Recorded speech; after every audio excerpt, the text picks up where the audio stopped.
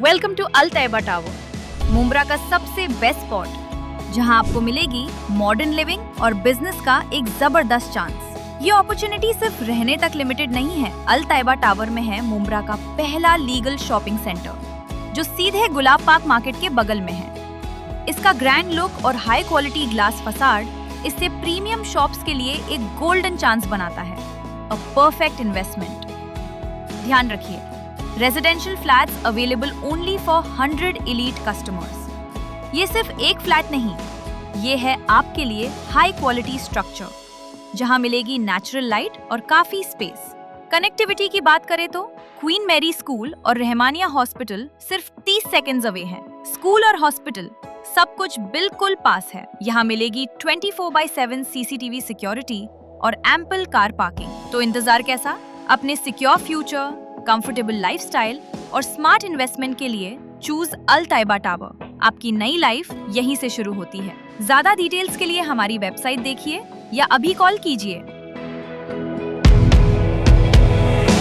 मोदी जी मां सभी की होती है, अपने पार्टी वालों को भी ये बात समझाओ। मन से विद्यार्थी सम्मेलन में राज ठाकरे का जैन जी की आलोचना को लेकर पलटवार।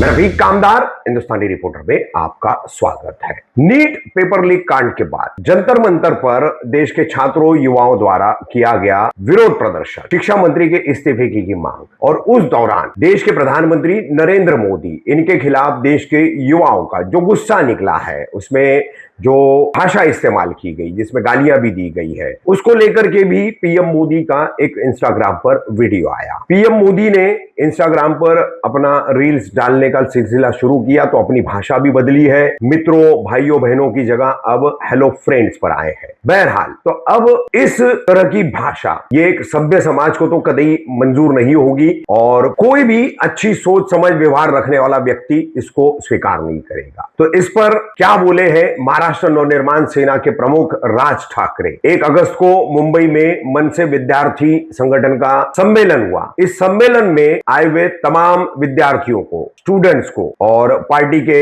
इस स्टूडेंट विंग के जो प्रमुख पदाधिकारी है, उन सभी को संबोधित किया मन से प्रमुख राज ठाकरे ने। इस दौरान उन्होंने कई महत्वपूर्ण बातों पर यहां पर बयान दिया है अपने भाषण के दौरान, जिसमें उन्होंने सबसे पहले तो ये जो भाषा है वो उन्हें भी स्वीकार नहीं है, मगर पिछले 12 वर्षों से बीजेपी का आईटी सेल क्या कर रहा है, वो लोगों के साथ किस तरह का व्यवहार करता है, इस पर भी पीएम मोदी का ध्यान आकर्षित किया। इतना ही नहीं, विदेशों में बैठ करके पीएम मोदी की स्तुति करने वाले, प्रशंसा करने वाले और उनके बारे में हमेशा कसीदे पढ़ने वाले विवेक ओबेरॉय, आर माधवन जैसे जो फिल्म अभिनेता और फिल्म प्रोड्यूसर्स हैं, उन पर भी उन्होंने निशाना साधा है। इतना ही नहीं, मंदिर के चढ़ावा चोरी को लेकर के उन्होंने सिद्धि विनायक मंदिर जो मुंबई के दादर में है, इस मंदिर में नियुक्त किए गए जो ट्रस्टी हैं, उन्होंने ही उप मुख्यमंत्री को पत्र लिख करके मंदिर में किस तरह की चोरी हो रही है और उसकी जांच की कैसे मांग की है, वो मुद्दा भी उन्होंने रखा। युवाओं के और कई मुद्दे जो युवाओं की विचारधारा से जुड़ रहे हैं, युवा क्या सोच रहे हैं, स्टूडेंट्स क्या सोच रहे हैं, देश के हालात क्या है, राज्य के हालात क्या है और हम कहां हैं, तो ये सब समझने के लिए खास करके मुझे मां की गाली दी गई, इस तरह की जो पीड़ा पीएम मोदी ने सबके सामने व्यक्त की है, तो मां सभी की होती है, मगर बीजेपी वालों को ये कौन समझाएगा, ये समझाने का काम आपका है। ऐसा कहते हुए मन से प्रमुख राज ठाकरे ने क्या कहा है, सुनिए इस विद्यार्थी सम्मेलन में किया गया उनका भाषण। आज विद्यार्थी सेनेचा वर्धापन दिन खूप वर्ष झाली। माझी राजकारणाची सुरुवातच ही विद्यार्थी सेनेतून झाली आणि त्याच्यातलं काम करत करत करत करत घडत घडत घडत घडत आज इथपर्यंत आलो। अमित आणि त्याचे सगळे सहकारी उत्तम काम करतील अशी अपेक्षा आहे, आशा आहे।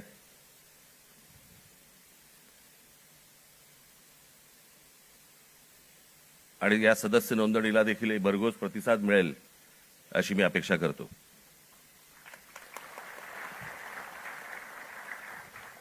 आज एवढ्या मोठ्या आंदोलनानंतर आज इतक्या लगेच विद्यार्थ्यांच्या आंदोलनानंतर लगेच इतक्या लवकर विद्यार्थी सेनेचा वर्धापन दिन आलाय.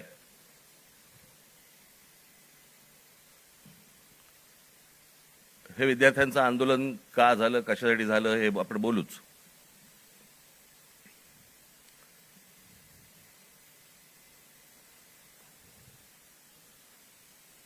परंतु मी ज्या वेळेला कामाला सुरुवात केली त्यावेळेला काळ वेगळा होता, विषय वेगळे होते, आत्ताचे विषय वेगळे आहेत. त्यावेळेचा तरुण वेगळा होता, आत्ताचा तरुण वेगळा आहे. तेव्हाचे विद्यार्थी वेगळे होते, आत्ताचे विद्यार्थी वेगळे आहेत.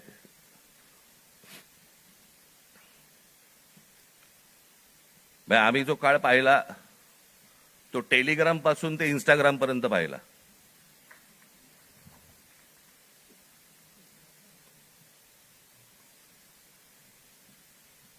आणि आत्ताच्या ह्या सगळ्या काय ती काय जेनझी म्हणजे 97 पासून जे जन्माला आले ते 2011 पर्यंतचे, बरोबर ना? 12 पर्यंत तेच ते.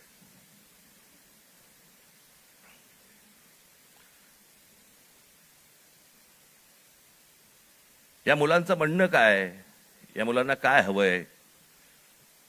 आपण हे जेनझी करतोय. इंग्रजी बोलणारी फक्त जेनझी नसतात. माझी विद्यार्थी सेनेच्या सर्व सहकाऱ्यांना माझी विनंती आहे, जेनझी 97 नंतर जन्माला आलेले 2011 पर्यंत 12 पर्यंतची मुलं ही महाराष्ट्राच्या ग्रामीण भागात पण आहेत.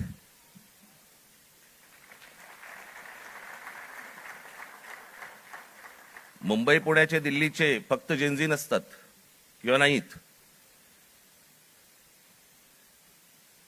या मुलांच्या अपेक्षा काय आहेत, आशा काय आहेत, यांना काय हवंय? मला असं वाटतं ही गोष्ट समजून घेणं गरजेचं आहे. काही जुन्या ज्या काही भ्रामक कल्पना ज्या होत्या मला असं वाटतं त्याही आता आपण सोडून दिल्या पाहिजेत. आमच्या काळामध्ये आम्ही त्यावेळेला लहान असताना आमचे आई वडील सांगायचे, डोक्याला रात्री झोपताना तेल लावत जा, बुद्धी तल्लख होते. एका माणसाने आयुष्यभर केसाला तेल चोपडलं पण बुद्धी नाही आली.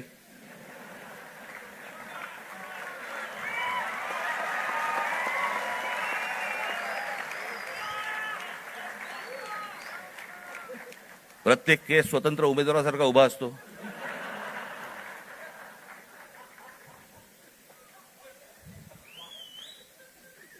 आणि हे म्हणे शिक्षण आणि तंत्रज्ञान मंत्री.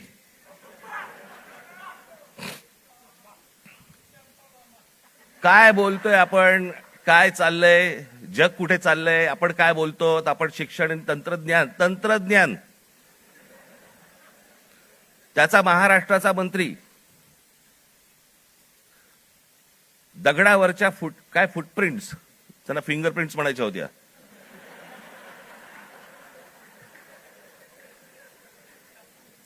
ते म्हणे आता लिंक आधारशी करणार. कसं?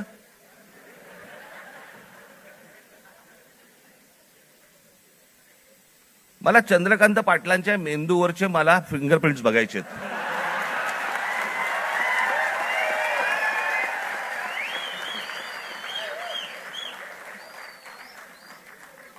कोल्हापूरकरांनी ज्ञान मिळावं म्हणून या माणसाला कोल्हापूरवरनं पुण्यात पाठवलं, जिकडे बाबा शिक्षणाचं बाहेरघर आहे.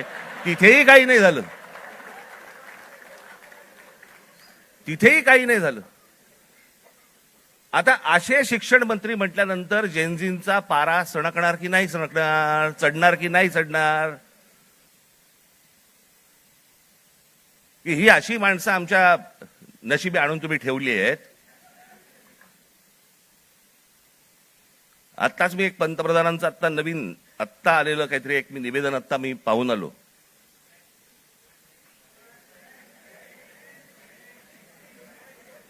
ज्यात त्यांनी असं सांगितलेलं आहे की ज्या प्रकारचे व्हिडिओज आणि ज्या प्रकारची भाषा वापरली गेली ती अयोग्य आहे. मला मान्य आहे.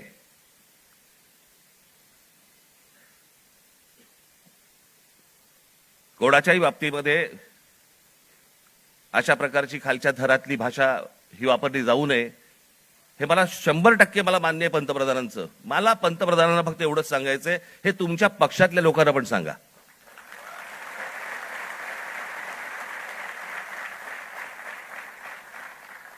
महात्मा गांधींपासून, जवाहरलाल नेहरूंपासून, इंदिरा गांधींपासून आतापर्यंत सगळ्यांपर्यंत, आमच्यापर्यंत ज्या प्रकारची तुमची ट्रोलची जी काही टीम प्रत्येक राज्यांमध्ये जी बसवलेली आहेत, लोक बसवलेली आहेत, ते कोणत्या भाषेमध्ये आणि कोणत्या गोष्टी करत असतात मी पाहत नाही. मला ज्या गोष्टी कानावरती येतात, आज अनेक कलाकार आहेत, महाराष्ट्रामधले अनेक कलाकार आहेत, ते म्हणतात बाबा बोलायलाच नको, काही लिहायलाच नको, इतक्या शिव्या पडतात, इतक्या गोष्टी होतात. ही यांचीच माणसं भरलेली आहेत. मला असं वाटतं पंतप्रधानांनी त्याही लोकांना सांगावं की त्यांनी बंद करावं म्हणून. हे गेल्या 12 वर्षातच सगळी सुरुवात झाली. भारतीय जनता पक्षाचे जी काही ट्रोलच्या टीम्स आहेत, यांनी ह्या ज्या गोष्टी सुरू केल्या, याच्यातनच हे ज्याला म्हणतो ना आपण, जे तुम्ही पेराल तेच उगवेल, तेच आलं अंगावर तुमच्या. त्याच्यात पंतप्रधानांनी सांगितलं की मला शिव्या दिल्या, माझ्या आईबद्दल बोलले. चुकीचंच आहे, हे मनापासून सांगतो मी, हे चुकीचंच आहे. पण माझी पंतप्रधानांना विनंती आहे, दुसऱ्यांनाही आया असतात.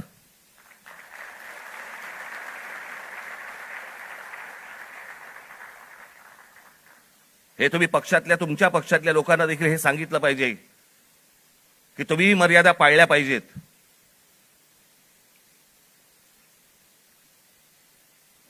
आज पंतप्रधान सांगतात की मी त्या मुलांना सगळ्यांना माफ केलं, पण इतकी वर्ष, 12 वर्ष तुमच्या लोकांनी जे काही केलंय त्याची माफी कोण मागणार?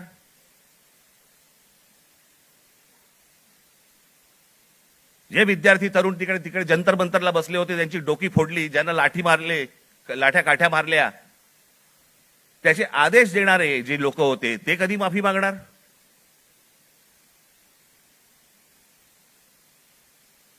आणि मला असं वाटतंय की हे मूळ हे काय झालंय, नीटची परीक्षा हे कारण आहेच, पण हे प्रत्येक ठिकाणी त्याला जो काही रिस्पॉन्स मिळाला, सगळेच काही विद्यार्थी होते आणि तरुण होते, अनेक जे विद्यार्थी दशेतनं बाहेर आलेले आहेत, अनेक तरुण होते, अनेक तरुणी होत्या. हे का आले रस्त्यावरती? याचं कारण सभोवतालचं वातावरण. आज अनेकांना वाटलं की हे फक्त नीटची परीक्षेचे पेपर फुटले, हे कारण होतं त्या आंदोलनाचं. पण त्या आंदोलनाने जे रौद्र स्वरूप धारण केलं, त्याचं कारण हे आजूबाजूचं इतक्या वर्षांचं साचलेलं जे काही आहे ना, मला फुटपाथवरनं चालता येत नाही, माझ्याकडे पाणी तुंबलेलं असतं, आमच्याकडे बागा नाहीत, माझ्या लहान मुलांना खेळायला व्हायला मैदानं नाहीत, बाहेर कुठे घेऊन जायला जागा नाही, शिक्षण झालंय, नोकऱ्या मिळत नाहीयेत, सगळ्या कंपन्या खासगी लोकांना दिल्या जात आहेत, एकाच उद्योगपतीवरती मेहरबानी सुरू आहे, त्यालाच सगळी जंगलं दिली जात आहेत, त्यालाच सगळ्या जागा दिल्या जात आहेत. जेव्हा कधी बघावं तेव्हा या देशामध्ये फक्त निवडणुकाच सुरू आहेत, आमदार खासदार फोडले जात आहेत, 50-50, 100-100 कोटी. डिजिटल इंडिया, तुमच्याकडचे पैसे हे सगळे काय, ते सगळे काय डिजिटलाइज केलेत वगैरे वगैरे, काय काय काय काय ज्या गोष्टी सगळ्या आता झाल्या. मग हे आमदार खासदार फुटतात त्यावेळेला कुठे कार्ड कुठे स्वाईप करतात?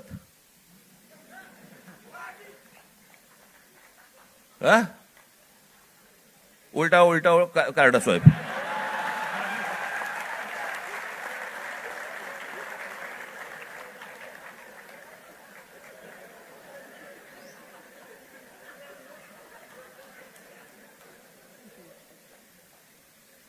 पैसे कुठे देतात मग? हे सगळं जे आहे हे सगळं साचलंय, हे सगळं साचलंय. त्या सगळ्या गोष्टींचा उद्रेक आता बाहेर येतोय, तो येणार, अजून येणार.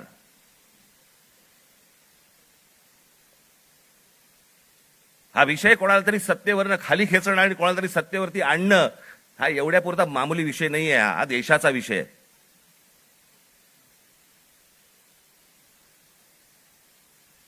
हा देशाच्या भविष्याचा विषय आहे. देशातल्या विद्यार्थ्यांच्या तरुणांचा भविष्यातला विषय हा. काय होणार आहे त्यांचं? आज माझ्या महाराष्ट्रातल्या ग्रामीण भागामध्ये, देशातल्या आज ग्रामीण भागामधला तिकडचा तरुण, तिकडच्या तरुणी काय करत असतील दिवसभर? काय विचार करत असतील? तो तिकडचा तरुण ज्यावेळेला विचार करत असेल की बाबा माझ्या बाजूच्या घरामध्ये एकाने शेतकऱ्यांनी माझ्या वडिलांचे मित्र होते, त्यांनी आत्महत्या केली, त्यांच्या अंत्यविधीसाठी तो मुलगा जाणार, विचार काय करणार? हे माझ्या वडिलांच्या मनामध्ये येऊ नये. मग याच्यासाठी मी काय केलं पाहिजे? मग मी शहरात गेलं पाहिजे. मग शहरात गेल्यावरती काय होणार माझं? मला कुठून नोकरी मिळणार? मला कुठून शिक्षण मिळणार? माझं पुढे काय होणार?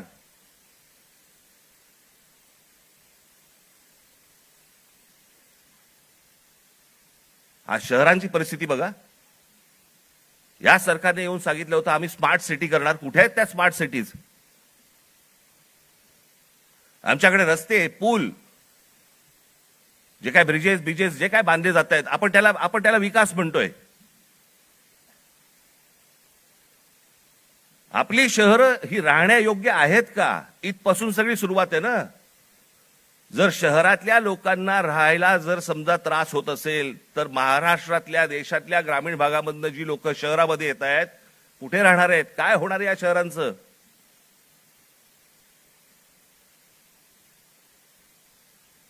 मी आता एक जस्ट तुमच्यासाठी म्हणून एक आकडा म्हणून आणलाय. आजची देशाची शिक्षणाची परिस्थिती, हे वर्तमानपत्रांमध्ये आलेलं, हे वेबसाईटवरनं काढलेलं, अनेक गोष्टींमधनं आलेलं, हे त्याच्यातनं मी हे तुमच्यासमोर मांडतोय. आजची देशाची शिक्षणाची परिस्थिती काय आहे? देशातील 1,00,000 शैक्षणिक संस्थांमध्ये मुलींसाठी स्वच्छतागृह नाही. 1,00,000. 15,000 शाळांमध्ये पिण्याच्या पाण्याची सुविधा नाही. 2004 मध्ये 8,00,000 शिक्षकांची पदे जी रिक्त होती ती 2026 मध्ये ही संख्या 10 लाखावरती पोहोचलेली आहे. शिक्षक हवे आहेत 10 लाख. 23ला जॉईंट एंट्रन्स एक्झाम परीक्षार्थ्यांसाठी फक्त 1,00,000 जागा उपलब्ध आहेत. 2014 मध्ये 3,00,000 विद्यार्थी परदेशात शिक्षणासाठी गेले होते. 2014ला 3,00,000. तर 2026 मध्ये ही संख्या 9,10,000वरती पोहोचली. आज इतकी मुलं परदेशात जात आहेत. का परदेशात जात आहेत? मी 2014 साली मी एक डॉक्युमेंटरी केली होती, छोटीशी एक फिल्म केली होती 16 मिनिटाची. आपण जरूर बघा, युट्यूब वरती आहे.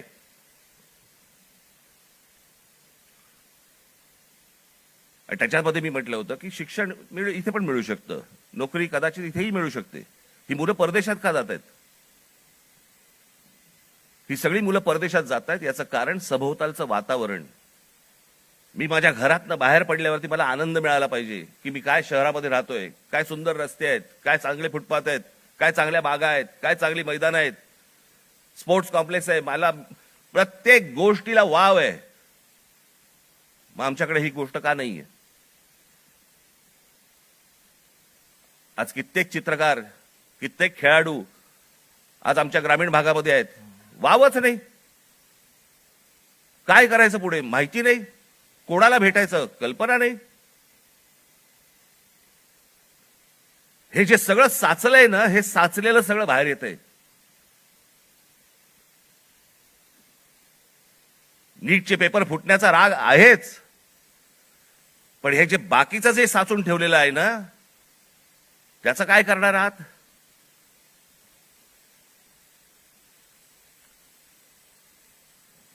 2014 मध्ये परदेशातील शिक्षणावरती भारतीयांनी, परदेशात जे गेले लोक 2014 मध्ये, त्या भारतीयांनी किती पैसे खर्च झाले त्यांनी स्वतःहून जे खर्च केले, म्हणजे आपल्या देशातनं जे बाहेर पैसे गेले ते किती गेले? तर ते 79,500 कोटी खर्च झाले. 79,500 कोटी. आज हा खर्च वाढून, आज 2026 मधली गोष्ट बोलतोय, किती वरती गेलाय? तर तो 5,85,000 कोटीवरती गेलाय. म्हणजे 5,85,000 कोटी हे आपल्या देशातनं आपली मुलं बाहेर शिक्षणासाठी गेलेत, त्यांच्या आई वडिलांनी जो खर्च केलाय तो 5,85,000 कोटी आपल्याकडनं परदेशात गेलेले आहेत. हजारो उद्योगपती, हा आता लोकसभेमधला आकडा आहे, हजारो उद्योगपती आपला सगळा बोजा बिस्तारा गुंडाळून परदेशात निघून गेलेत.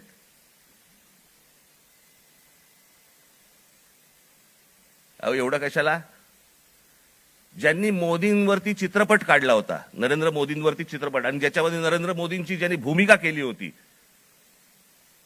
तो विवेक ओबेरॉय, तो दुबईमध्ये राहायला गेला. दुबईचा नागरिक आहे तो भारतात राहत नाही. मोदीजींनी खूप चांगलं काम केलंय, मोदीजी देशाला मोठं करतायत, मोदीजी देशामध्ये काय काय काय उद्योग आणतायत, हे आणतायत वगैरे वगैरे, अशी मुक्ताफळं जी आत्ता केली. तो कोण? आर माधवन ना, तो आर माधवन. विचारा कुठे राहतो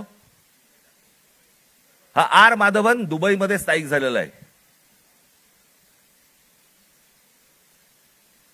यांना जर समजा या देशाबद्दल आहे प्रेम, या देशातल्या पंतप्रधानांबद्दल प्रेम आहे, ते विकास करतायत, हा जर समजा ह्यांना विश्वास आहे, हे परदेशात का जाऊन राहतायत? हे परिवारासकट दुबईला जाऊन का राहतायत?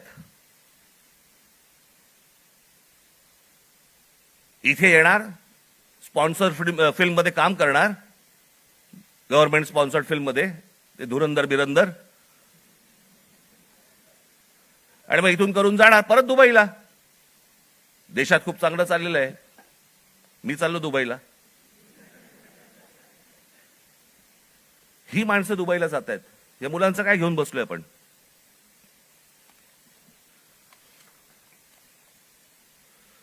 दोन 2004 मध्ये काँग्रेस सरकार ज्या वेळेला होतं त्यावेळेला शिक्षणावरती खर्च किती होता? 3.2%. आज 2026 मध्ये तो किती आहे? 2.8%. म्हणजे शिक्षणावरती जेवढा खर्च व्हायला पाहिजे, अमेरिकेमध्ये जाऊन बघा, युरोपमध्ये जाऊन बघा, शिक्षणावरती काय प्रकारचा खर्च करतायत. आज त्या मुलांना, त्या विद्यार्थ्यांना, त्या मुलांना त्यांची स्वप्न, त्यांना काय म्हणायचंय, त्यांना काय सांगायचंय, त्या प्रत्येक गोष्टींसाठी, प्रत्येक स्वप्नांसाठी त्यांच्याकडे वाट आहेत. आज पंतप्रधान सांगतायत, त्यांच्या निवेदनामध्ये बोललेत की ही विद्यार्थी हे सगळे जे आहेत हे चुकीच्या रस्त्यावरती भरकटलेले आहेत. चुकीच्या रस्त्यावरती. मी एक ओशोंचं एक वाक्य ऐकलं, मी वाचलं होतं ज्यावेळेला, मी त्यातलं एक वाक्य होतं ओशोंचं, फार छान वाक्य होतं. आणि त्याच्यामध्ये असं म्हणाले ते कि कौन कहता है कि इस देश का युवक गलत रास्ते पे भटक रहा है. रास्ता बनाने वालों ने ही अगर गलत रास्ता बनाया है तो युवकों को क्यों टोकते हो?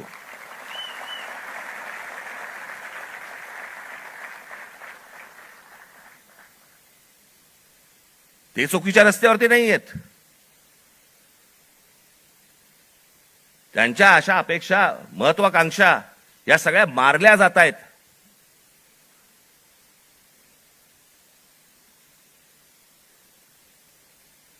मोदींनी सांगितलं की आज मी म्हणे त्या सगळ्या ज्यांनी कोणी ट्रोल बिल केले त्यांना मी सगळ्यांना माफ करतो. या नीटच्या परीक्षांचे पेपर फुटल्यानंतर ज्या मुलांनी आत्महत्या केल्या त्यांच्या आई वडिलांची कोण माफी मागणार?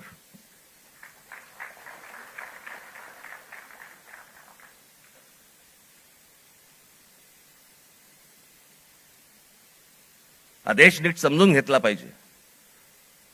विद्यार्थ्यांचं, तरुणांचं, तरुणींचं म्हणणं, मत हे आपण समजून घेतलं पाहिजे.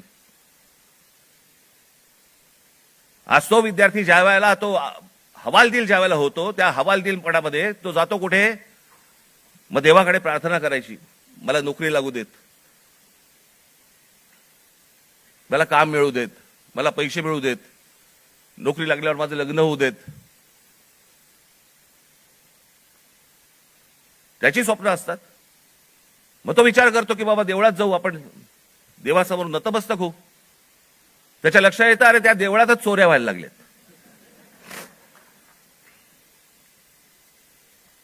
देवळात चोऱ्या.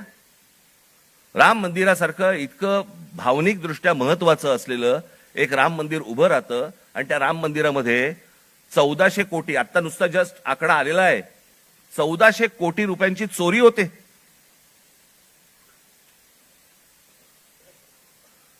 आणि याच्यावरनं सरकारमध्ये असलेले कोणीही त्याच्यावरती बोलायला तयार होत नाहीत. राम मंदिरावरती मतं मागताना बरोबर गेलात तुम्ही, मग ज्या वेळेला 1400 कोटी रुपयांची चोरी झाली, पंतप्रधान स्वतः एकटे गेले होते, सगळेजण बाजूला उभे होते, स्वतः एकट्याने जाऊन तिकडे जाऊन पूजा केली, प्रतिष्ठापना केली, सगळ्या गोष्टी केल्या. पंतप्रधानांनी याच्यावरती बोलायला नको राम मंदिराच्या चोरीबद्दल? का त्या अयोध्येमधनं एक खासदार निवडून नाही आला म्हणून आमचा संबंध तुटला असं आहे?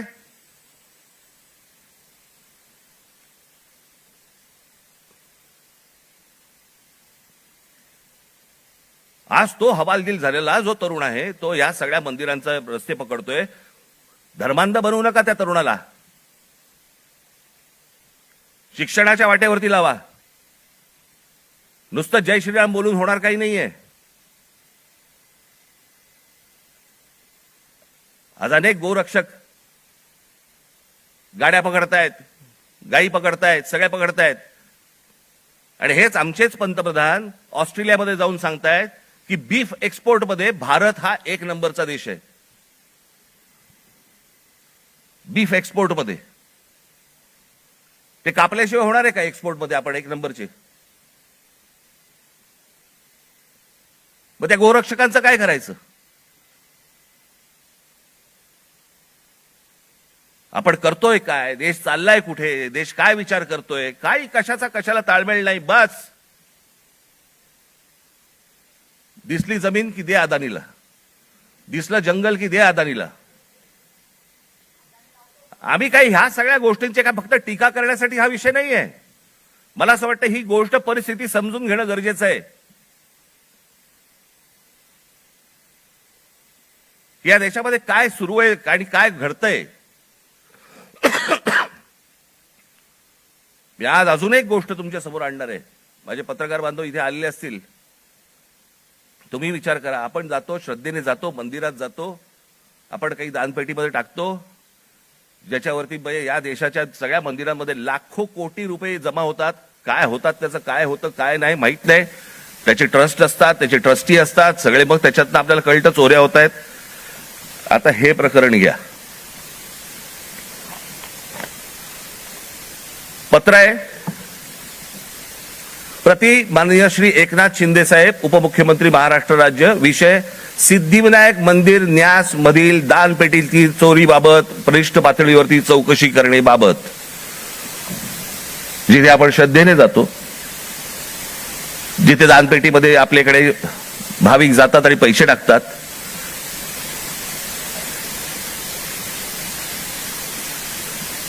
त्याचं कारण असतं ते धर्मासाठी म्हणून आपण असे टाकतो. महोदय, आम्ही स्वाक्षरी करणारे सर्व सिद्धिविनायक न्यास मंदिर प्रभादेवी मुंबई येथील विश्वस्त आहोत. साहेब, आपण विश्वासाने आमची संबंधित ट्रस्टवरती सदस्य म्हणून नियुक्ती केली असून आपल्या विश्वासाला पात्र राहण्याचा आम्ही प्रामाणिकपणे प्रयत्न करत आहोत. भाषा पण बघा, मंदिर आहे का कंपनी येतेच कळत नाही मला.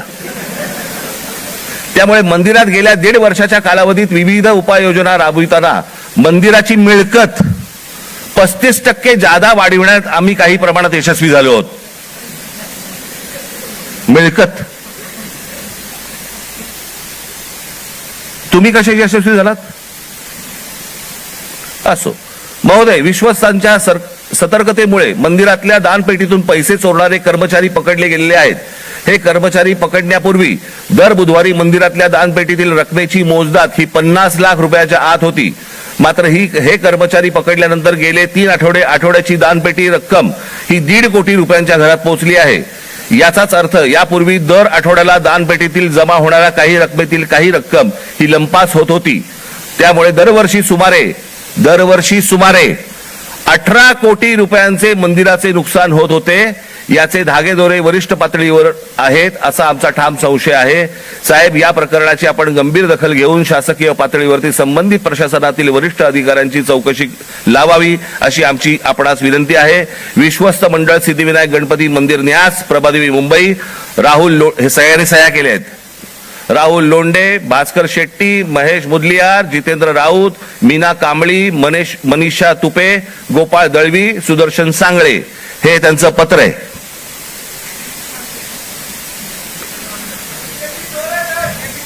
हे सगळं म्हणजे 18 कोटी रुपये दर वर्षाचे सिद्धिविनायक मंदिरामधनं चोरी होतीये.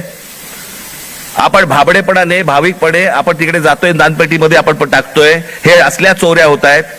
ती माणसं सगळी मंदिरं लुटतायत. हाच तो तरुण, हेच ते विद्यार्थी परीक्षांच्या वेळेला नोकरीसाठी मंदिरामध्ये जात आहेत, पायऱ्या झिजवतायत, सांगतायत देवाला मला नोकरी मिळू देत, आणि त्याच मंदिरामध्ये चोऱ्या होत आहेत. तिकडचेच विश्वस्त चोऱ्या करतायत. तिकडचीच माणसं चोऱ्या करतायत. हा आमचा धर्म, ही आमची धर्माची मंदिरं. सरकारवरती विश्वास ठेवता येत नाही म्हणून मंदिरात जावं, तर मंदिरावरती विश्वास ठेवता येत नाही. ही जर समजा देशाची परिस्थिती असेल, होईल काय? रस्त्यावरतीच उद्रेक होईल.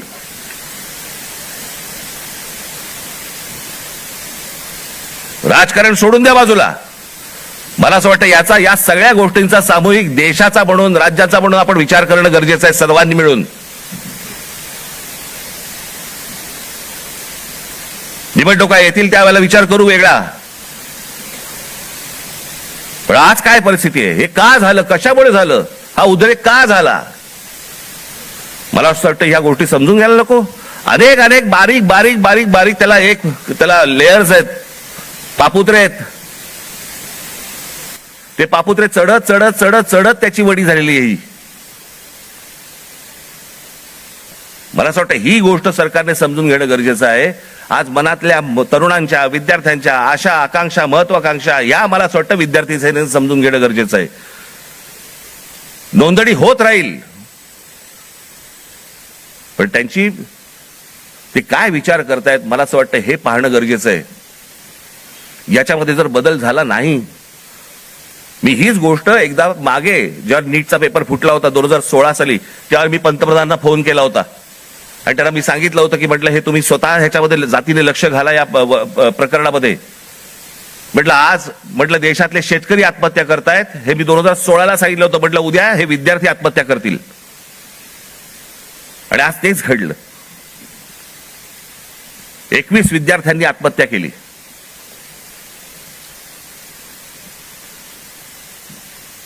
सदस्य नोंदणी ही तर कराच, पण मला असं वाटतं या शिक्षण क्षेत्रामध्ये आमूलाग्र बदल होणं गरजेचं आहे.